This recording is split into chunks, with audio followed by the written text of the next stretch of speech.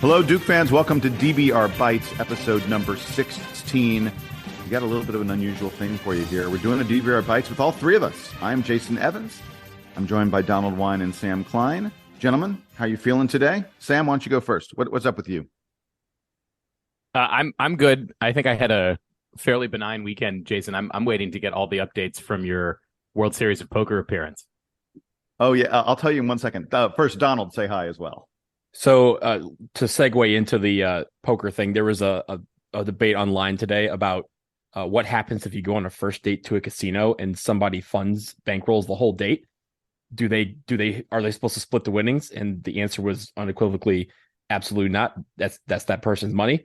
So Jason, I'm only saying that because I'd like $5 from whatever you got this weekend. Hang on. I think that's crazy. Can I clarify this discussion? People are going on first dates to casinos and playing the games. It wasn't my first date because I know how that would have ended. It wouldn't have ended with anybody splitting anything because I would have lost money. Casinos are a funny smelling place to have a first date.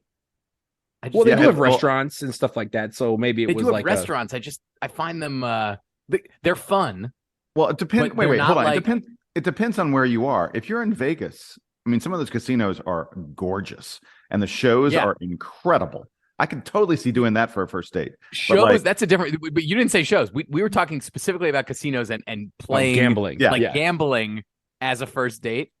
And I don't even like the nicest casinos in Vegas. Like you're allowed to just walk onto the casino floor anywhere in Vegas, except like in the high rollers rooms, I guess.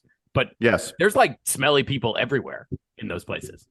Like you're like, if you like go, like, I guess like a craps table is like a fun activity, but there is such a huge variety of people that could just show up and be standing next to you that I don't know. That seems risky to me. I would agree with you. I would also say that while there are a lot of very friendly, nice people that you will meet in a casino, especially at a craps table where everybody's sort of rooting for each other and against, except for the guy who's betting on the come line.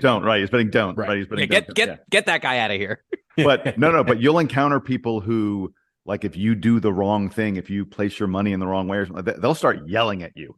There are mean people in casinos because to them it's money that matters. So I agree. It's sort of a weird thing for a first date, but I will say this: if you go on a date to a casino and one person funds, everything, I think they should share in the money. That's staking someone. They've staked you, and you should share your winnings with them.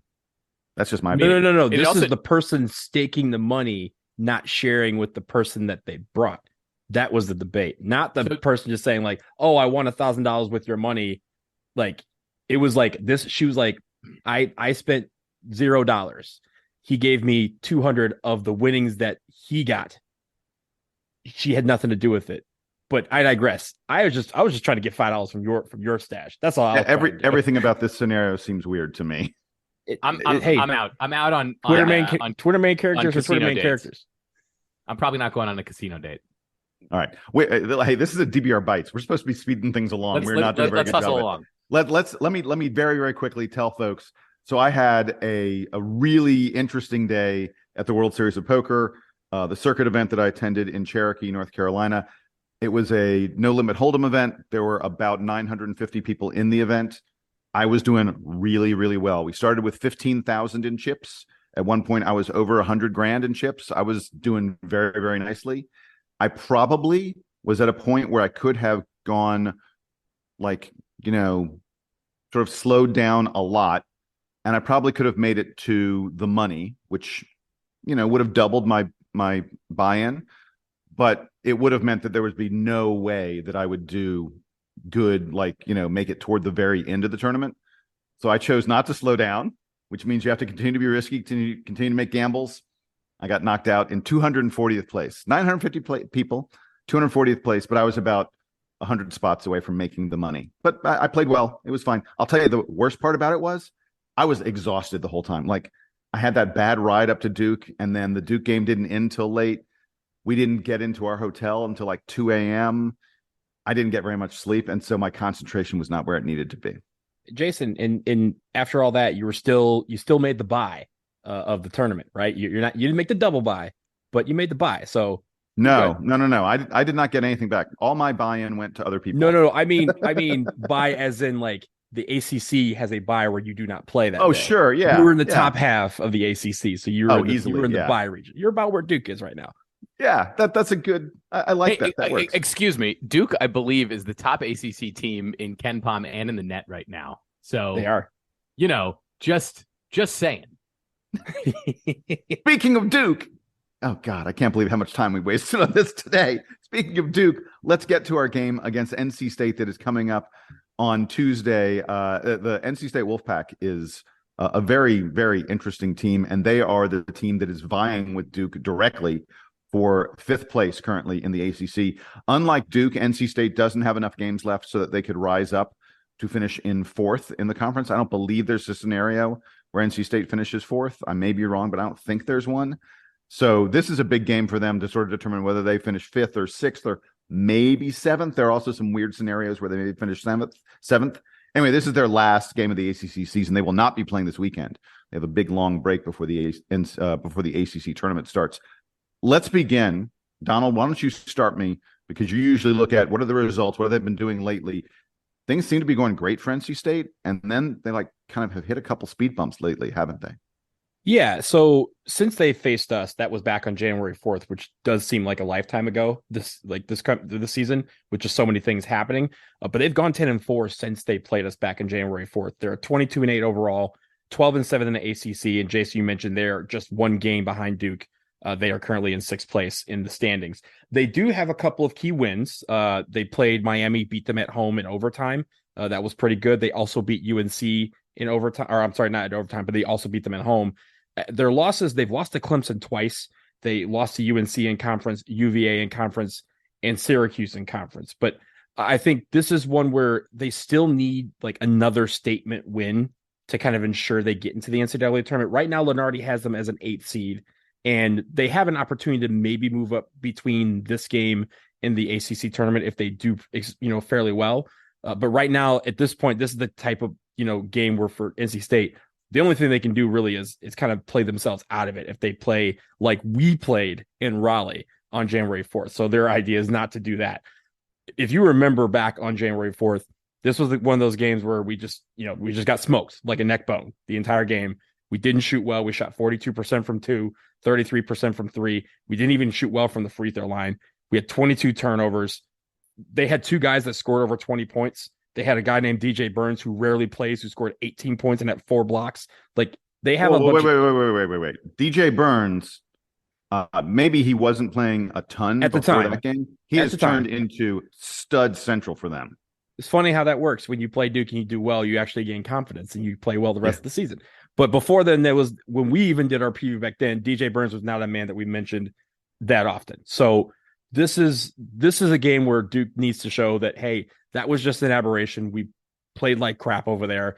We're not going to do that in our last home game of the season, a game which, as you both know, we can finish the season undefeated at home, a perfect 16-0 if we win this game. So I'm sure that is on the minds of these guys too as they enter tomorrow night.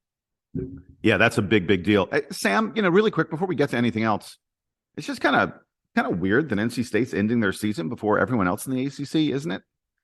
Yeah, the you mentioned how, and I was looking at this while Donald was talking to confirm. You said that you don't think NC State can make the double bye, which I think is right because Virginia and Clemson play each other this week, and Miami also only has one ACC game left. So Miami gets a bye in this against Pitt. Right. Yeah. Right. So Miami's got the bye in the middle of this week, and NC State doesn't play on Saturday before the ACC tournament. So NC State's last conference game, last regular season game is tomorrow against Duke, and then they get a week off before the ACC tournament. So I guess this is just one of those weird scheduling byproducts of having so many teams in the conference and also having an uneven number here. So 15 teams, there's no way to have everybody play. Exactly. And I guess they didn't want to schedule into that slot a one more non-conference game. So it is a bit of a weird situation to Donald's point about how Duke can go undefeated at home here. on the flip side, NC State can pour all of their energy into this one. They obviously would like to have another win against a tournament-bound team to solidify their tournament status, because you could also see, look, if they don't perform well in this game, they get bounced in the first round of the ACC tournament, then they also might be in danger of showing up on the bubble. They're probably still in regardless. I think they're probably still in, but it gets dicey for them. And the reality is, I think a win, if they become the only team to beat Duke in Cameron this season, a win over Duke is probably a seed line bump. I mean, like Donald said, they're like an 8 or a 9 right now. If they beat Duke here, then suddenly you start thinking, are they in line for a 7 or maybe even a 6? I want to go back to the first game because Donald was talking about some of the stuff that NC State did in that game that was so effective. I want us to, not spend too much time dwelling here because it is a bit of a house of horrors, but look at how different Duke is from that game to what we think of as Duke as of the last week or two. Jeremy Roach went 0 for 8 from the field in that game, had 1 assist and 1 turnover.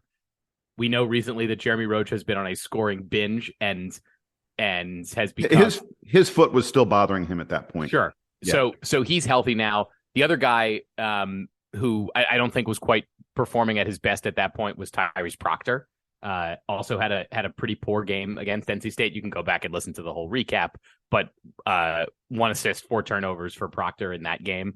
And so you anticipate that Duke's backcourt is going to be a lot more sort of in shape for this one. And then looking at the front court, Derek Lively, still I guess at this point in the season was, this was in early January. Lively was still, it felt like, coming back from the injuries and was still kind of integrating. He has probably made the most progress in the time from that first game until this game. And so I anticipate a much bigger performance from Lively in this one to hold down NC State's scoring barrage that they had at PNC. Well, and part of that, we mentioned him briefly, but I think one of the, if not the key matchup of this game is Derek Lively guarding DJ Burns of NC State, because State has really been going to DJ Burns a lot more lately. If you look at his usage statistics, when he gets the ball, he tries to make something happen, and usually try to make something happen means he tries to shoot it. He had 31 points against Wake the other day. He had 24 against Clemson and Georgia Tech, 21 in another game they had against Wake Forest. He is a 280-pound load who will really try to push Derek Lively around. This is a different matchup than what Lively has faced, thus far this season, I think. And it's going to be a really interesting one, to see if Derek can avoid being shoved around by this big guy. And then the other thing is DJ Burns, sort of the way he operates in the post. It's not sort of a power over you kind of game. He does a lot. He has a really soft touch. He does a lot of sort of shooting from funky angles and stuff. And it's not the kind of thing I think that Lively's going to necessarily be, ready to block. But I really hope if DJ Burns isn't going well, NC State becomes a team that's solely reliant on their outside perimeter guys. Now, the perimeter guys are great. We should talk about Jarkel Joyner and Terquavion Smith. We'd be crazy if we weren't talking extensively about them. But I think one of the reasons State is so good is because of what Burns has brought to them. And if Lively's able to neutralize that even a little bit, this State team takes a big step back. I think that Lively has improved that aspect of his game a lot in the last 2 months, and that, Burns, like you said, Jason, is going to be a little bit of a different beast for Lively to defend. But one of the things that I've noticed about Lively the last few weeks is that he seems to be 1 or 2 moves ahead of the guys who he's defending. He puts himself in good position to get the help side block as well as the primary defender block. And so I like that progress sort of makes me feel a lot more confident that he will adjust to what Burns is doing. And if that means that he's, stepping a couple feet farther out from the basket to get those blocks, I still think that Lively is going to perform a lot better. And you look at that game, DJ Burns was 7 for 10 from the field against Duke. We very much hope that does not repeat in the matchup on Tuesday. Yeah, I was going to say that Derek Lively played 12 minutes in that first game. He only had 1 point. He had 3 rebounds. This is not the Derek Lively that we've seen over the last couple of weeks, where he's getting, getting closer to 10 rebounds. He's doing 3, 4, 5 blocks at times. Sometimes he has 8, when the team is wearing a little paler blue. But I think Derek Lively, this is probably the matchup that he hopefully has had circled for a while, because, like we've all mentioned, DJ Burns kind of had his coming out party for the season against us.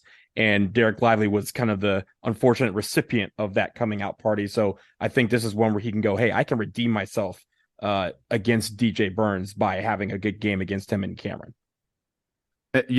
Guys, there are a couple players I want to mention really quick. We have to talk about Terquavion Smith and Jarkel Joyner, who combined to score 45 points last time against Duke. These are both guys who are incredibly explosive scorers. They are, sort of like North Carolina, where they shoot lots of threes off the dribble. Both these guys are very willing to take pull-up three-point jumpers, but they also are outstanding at diving into the lane. I think this is arguably the best backcourt in the ACC. No offense to Roach and Proctor and to the guys at Miami, but when Joyner and Smith are on, those guys they're a real handful. And then the other guy that I think people need to look out for, and it's going to be very interesting to see, but this could be another one of these things, is the determinant of the game. Does Jack Clark play? Jack Clark is NC State's 6'9" power forward who plays next to DJ Burns. He grabs a lot of rebounds. He's a very efficient player, a very efficient scorer for them. He's been really good when he hasn't been hurt. He has been on and off the court so much. He's been hurt so much. They're currently saying that he's a game time decision, day to day. They don't know. I don't think he played in their last game. This game's just coming a couple days afterwards. So I think it's somewhat unlikely, but he's yet another guy who can make a big difference for them. And if they don't have him, I think they struggle perhaps with what they deal with Kyle Filipowski. Jason, going back to the backcourt for NC State, one of the bugaboos, I would say, that Duke had in that game, one of the many, is that Duke lost the turnover margin on that one 21-6, including 2 steals by Joyner, I think 3 by Terquavion Smith, another 3 by Greg Gant. So NC State was all up in Duke's business in that first game, and that's going to be a key for Duke. Is I don't know if Duke can entirely flip that turnover margin around, but at least getting it to something closer to parity would be a huge boon for Duke's chances. Well, yeah, and the thing about NC State is they are one of the 5 best teams in the country at not turning the ball over. They're just an incredible ball handling team. Now, they're good. They're like average, maybe a little bit above average in terms of forcing turnovers. I wonder if Duke is going to. Duke has been super successful at not turning the ball over lately. That is a big reason why the team has turned things around.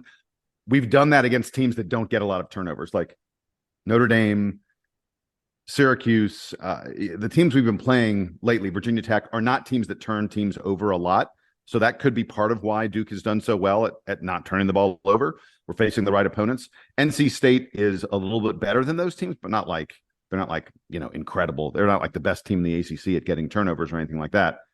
So I agree with you. If we can keep that number close, if we're within, I don't know, like 4 turnovers of NC State, that would be a big win for Duke, because NC State is not a great rebounding team. What they do great on turnovers, they don't do that great at rebounds. Duke just needs to keep that turnover battle close, like you said, and I think the rebounds will really provide a boost for us. Last thing I think that we need to, worry about for tomorrow, and not necessarily worry about, but will be present tomorrow. The one thing that I've been preaching all year has been energy and intensity. What do we not have in Raleigh back on January 4th? Energy and intensity. What will be palpable in Cameron Indoor Stadium tomorrow? Energy and intensity. So let's hope it translates to the court. I love that. Amen, brother. With that, we're going to wrap it up here on the latest edition of DBR Bites, our preview of the game against the NC State Wolfpack. We'll be back with more bites and more analysis of Duke in coming days. Until then, I'm Jason, he's Sam, he's Donald, and this is the Duke Band to play us out and take us home.